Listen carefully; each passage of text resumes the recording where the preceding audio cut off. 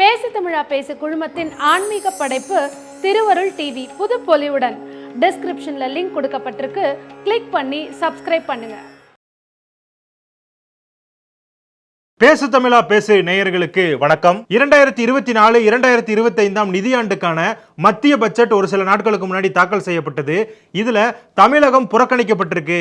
தமிழகம் அப்படிங்கிற வார்த்தையே இந்த பட்ஜெட்ல இடம்பெறல அப்படின்னு சொல்லி நம்ம தமிழக முதல்வராக இருக்கக்கூடிய திரு மு.க. ஸ்டாலின் அவர்கள் நித்தி ஆயோக் கவர்னன்ஸ் கமிட்டி கூட்டத்தை புறக்கணிக்கிறதா முடிவு பண்ணியிருக்காரு. முதலமைச்சர் இப்படி ஒரு முடிவு எடுத்திருக்கிறதுனால இதுக்கு பதிலளிக்கும் விதமா தமிழக பாஜக தலைவராக இருக்கக்கூடிய திரு அண்ணாமலை அவர்கள் ஒரு வீடியோ வெளியிட்டிருக்காரு. அந்த வீடியோல அவர் என்ன சொல்லியிருக்காரு அப்படின்னு பாத்தீங்கன்னா, தமிழக முதல்வர் திரு மு.க. ஸ்டாலின் அவர்கள் நித்தி ஆயோக் கூட்டத்தை புறக்கணிக்கிறது இது முதல் தடவை கிடையாது. ஏற்கனவே 2022 ஆண்டுலையும் 2023 ஆண்டுலையும் நடந்த நித்தி ஆயோக் கூட்டத்தை அவர் புறக்கணிக்க தான் செஞ்சிருக்காரு. ஆனா இந்த முறை அவரு நித்தி ஆயோக் கூட்டத்தை பட்ஜெட்டை ஒரு காரணமா சொல்லி புறக்கணிக்கிறாரு அப்படிங்கிற கருத்தை முன் வச்சிருக்காரு. மாண்புமிகு முதலமைச்சருக்கு இது புதிதல்ல. 2022 நடந்த நித்தி ஆயோக் கவர்னிங் கவுன்சில் மீட்டிங்கிலும் கூட முதலமைச்சர்கள் பங்கேற்கக்கூடிய மீட்டிங் அது கவர்னிங் கவுன்சில். 2022 கூட தமிழ்நாடு முதலமைச்சர் மு.க. ஸ்டாலின் அவர்கள் பங்கேற்கவில்லை. 2023 நித்தி ஆயோக் கவர்னிங் கவுன்சில் மீட்டிங்கிலும் கூட தமிழ்நாட்டினுடைய முதலமைச்சர் பங்கேற்கவில்லை. 2024 நடக்க இருக்கக்கூடிய நித்தி ஆயோக் கவர்னிங் கவுன்சில் மீட்டிங்க்கு ஒரு புதிய ஒரு சாக்குப்போக்கு காரணத்தை சொல்லி அங்கிருந்து நலிவுவிடலாம் என்கின்ற எண்ணத்தை அவர் வெளிப்படுத்தி இருக்கின்றார்.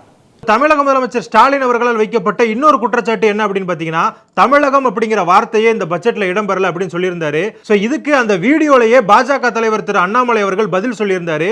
அதுல அவர் என்ன சொல்லியிருந்தாரு அப்படின்னு பாத்தீங்கன்னா, 2004 இருந்து 2014 வரைக்கும் நடந்த யூபிஏ கவர்மெண்ட்ல, அதாவது திமுக கூட்டணியின் ஆதரவோடு நடைபெற்ற அந்த யூபிஏ கவர்மெண்ட்ல வெறும் 5 முறை மட்டும்தான் தமிழகம் அல்லது தமிழ்நாடு அப்படிங்கிற பெயர் பயன்படுத்தப்பட்டது. அதை அவர் புள்ளி விவரத்தோட சொல்லியிருந்தாரு. அதை நம்ம இப்ப ஸ்கிரீன்ல பார்க்கலாம். 2007 இருந்து 2008 வரையிலான நிதியாண்டுல 2 முறை மட்டுமே தமிழகம் அப்படிங்கிற வார்த்தை மத்திய பட்ஜெட்ல இடம்பெற்றிருந்தது. அதே மாதிரி 2008 இருந்து 2009 வரைக்கும் ஒரு முறை மட்டுமே தமிழகம் அப்படிங்கிற வார்த்தை பட்ஜெட்ல இடம்பெற்றிருந்தது. இதே போல 2010-11 நிதியாண்டுல ஒரு முறையும் 2013-14 நிதியாண்டுல ஒரு முறையும் தமிழகம் அப்படிங்கிற வார்த்தை பட்ஜெட்ல இடம்பெற்றிருந்தது.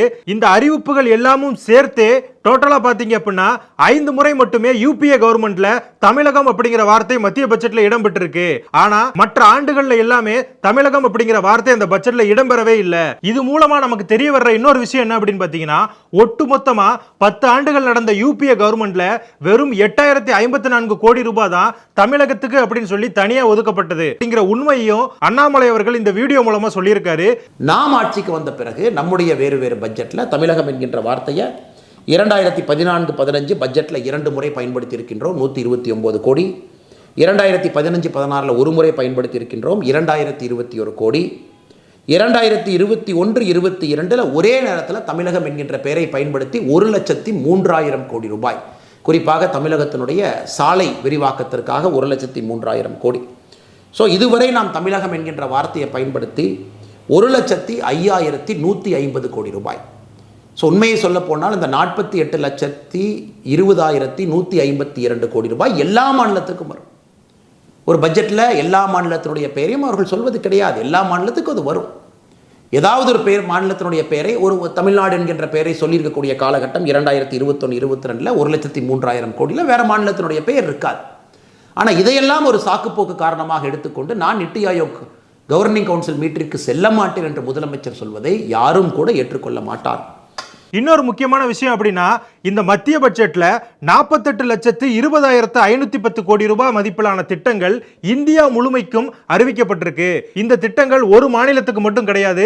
இந்த திட்டங்களால எல்லா மாநிலங்களுமே பயன்பெறதுக்கான வாய்ப்புகள் அதிகமா இருக்கு அப்படிங்கிற உண்மையும் அண்ணாமலை அவர்கள் எடுத்து கூறியிருக்காரு. அதே வீடியோல அண்ணாமலை அவர்கள் இன்னொரு விஷயத்தையும் சொல்லியிருக்காரு. அது என்ன அப்படின்னு பாத்தீங்கன்னா, மத்திய அரசு மாநிலங்களுக்கு பிரித்து கொடுக்கக்கூடிய வரி பங்கீடும் இந்த முறை அதிகரிச்சிருக்கு அப்படின்னு சொல்லியிருக்காரு. அதாவது இதுக்கு ஒரு எக்ஸாம்பிள் சொல்லியிருக்காரு.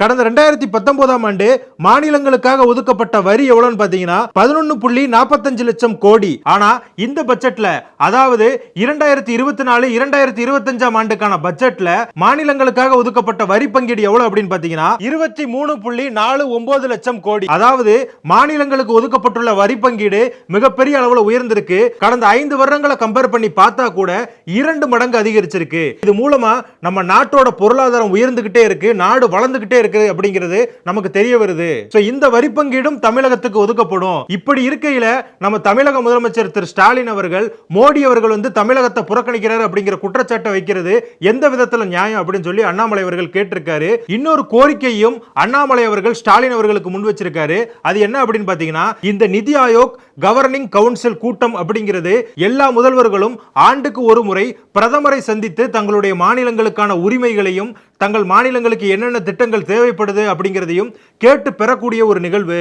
தமிழக முதல்வர் திரு ஸ்டாலின் அவர்கள் நிதி ஆயோக் கூட்டத்தில் பங்கேற்று தமிழகத்துக்கு கிடைக்கக்கூடிய திட்டங்களையும் உரிமைகளையும் கேட்டு பெறணும். அதே மாதிரி நம்ம தென் தமிழ்நாட்டில் நிறைய பிரச்சனைகள் இருக்கு.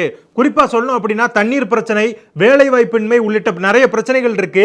இந்த பிரச்சனைகளையும் பிரதமர் மோடி அவர்கள் கிட்ட எடுத்து கூறி அதுக்கு ஒரு நல்ல தீர்வு காணணும். இதனால கடந்த 2022 2023 ஆண்டுகள்ல நிதி ஆயோக் கூட்டத்தை முதல்வர் ஸ்டாலின் புறக்கணிச்ச மாதிரி இந்த ஆண்டும் புறக்கணிச்சிட கூடாது. அவர் நிதி ஆயோக் கூட்டத்தில் பங்கேற்று நமக்கான உரிமைகளை கேட்டு பெறணும் அப்படிங்கிற கோரிக்கையை முன் வச்சிருக்காரு.